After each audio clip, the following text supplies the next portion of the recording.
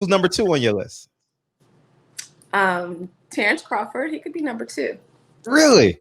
Okay. Yeah. Why are you saying it like that? No, I'm glad I'm talking sports with you. What how does that fight play out? Earl Spence versus Terrence Crawford. Oh, how does it play out? Are you saying like the final ending, or are we talking like round by round? Take your time with it. We got as long as you want tonight. Okay, so I know that Earl is southpaw, so but then I also know that Bud he can switch stances. So I mean, I feel like they're pretty even. They even out. I guess it's end up going to coming down to speed, of course, and the power. And I just feel like Errol is bigger than Terrence. I mean, from what I see, and from what I've seen them together, like bigger, just.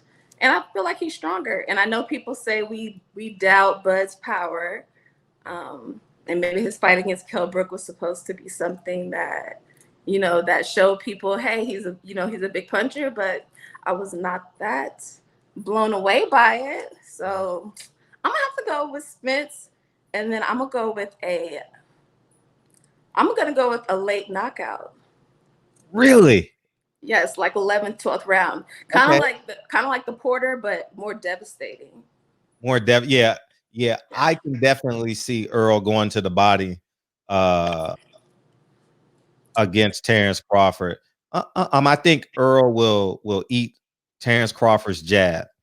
You know what I mean? And Earl fights with a high guard. When he gets aggressive, he kind of fights with a high guard. So you're right. He'll eat his jab and then he'll just bully him to the body. I've never seen Errol hurt. I've seen Spence. I mean, I've never seen Spence hurt, but I've seen Bud hurt before. I've more seen times than I would like for my China champion. I get that. Earl got buzz early in the fight, early in his career, first 10 fights or whatever it was. And then in the beginning, Sean Porter hit him with one clean shot, I think. And outside of that, you're right. I've never seen. He fainted with that. He fainted. Come on now. Oh, he fainted. Were you here for the Sean Porter fight? Did you make it out here for the Sean Porter? No, I've been to the Spence Mikey fight. Spence, I was there. Yeah, that was a good fight. It was a lot of people. It was crazy. Yeah, it was 50,000 people there. That was amazing. Ja the Real said, Fred, your IG sticker is blocking my view.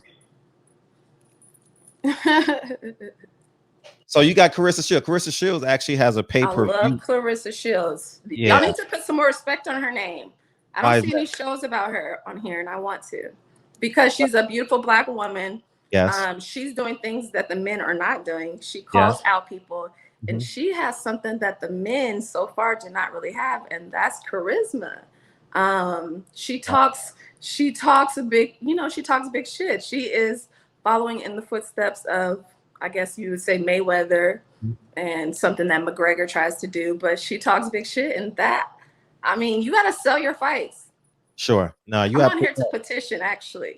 Fighters, sell your fights. No, you dead ass with that. And Claressa Shields got mad at me one time. Claressa Shields got mad at me because I told her the exact same thing. I'm like, I was giving her what I thought was good advice. And why would she be mad if you said that? That sounds positive. Because I'm straight. Because I shoot straight. I don't really talk with metaphors. No, I don't really talk with metaphors and stuff if we're talking about like succinct shit.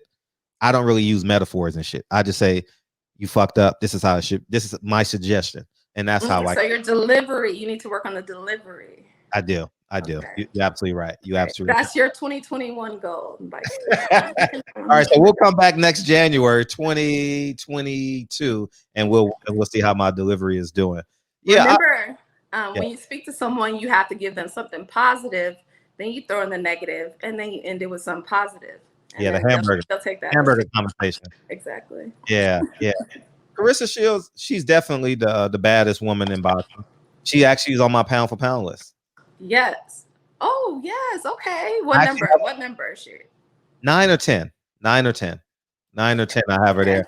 And she doesn't like me. So obviously I respect what she does because I actually have. Yeah, it should be unbiased anyways.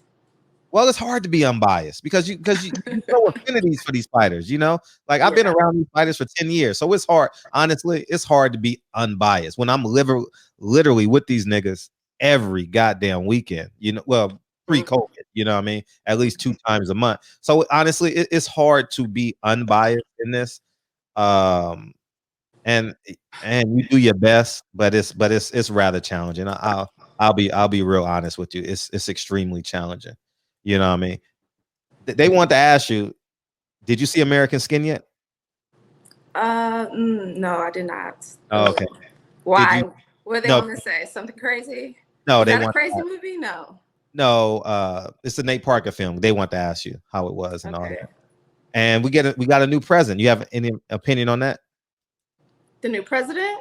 Yeah. Do you talk I politics at all? believe I'm happy that we have change. I am Okay. all for change. I Okay. believe that, I mean, 4 years is pretty much too long for president anyway. We should do like a 2-year contract and then renew it like that and not do 4 years because you know, people feel different after 2 years. So, Right. yeah, I'm just ready for change. And Biden, I'm ready to get my student loans forgiven. So go Biden. There you go. Where'd you go to school? I went to University of Houston. Dope. What was your major? Psychology. Really? You can't tell I've been using it on you. Well, continue. Please continue. And what was the transition after college for you? Psychology. With the psychology. Then I went back into school and I went into a pharmacy program because I thought I wanted to be a pharmacist. And then I remembered that I cannot remember all those names. So then I switched back to psychology. So I've been doing psychology since then. Really? Yeah. I mean, in some way or form. I worked at a psychiatric hospital. So. Wow. Yeah, you have to kind of work there before you even get, into it. You have to kind of work there as like a work study, kind of like an intern.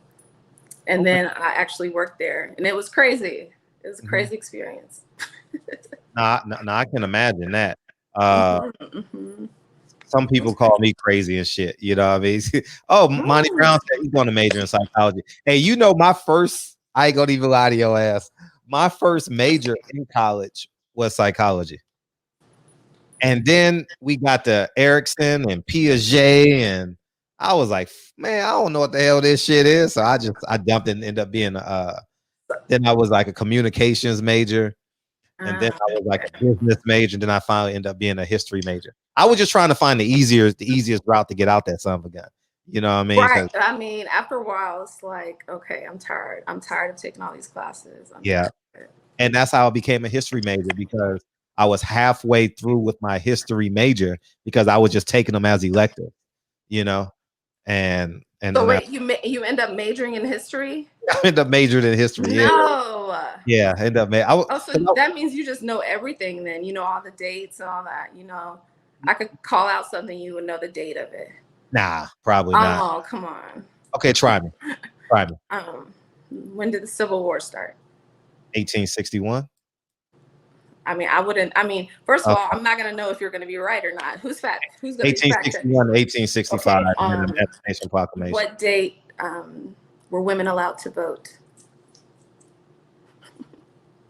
1921, 19 in the teens, 1917 and 1990, somewhere in there. Okay, so you want to go on Jeopardy or something? I did. That's funny you say that. That's funny you say that. Yeah, that's funny. 1916. I was close. 1916. I was close. How did you get on there? No, I didn't, but I wanted to do Jeopardy. I wanted to do the team Jeopardy. Dude, I watched that show every night in college. Every night in college, I watched that show. Yeah. I thought you were like White Man Can't Jump. You were the when his girl finally got on Jeopardy. And then you blow it away, and I thought that's how you got so rich. No,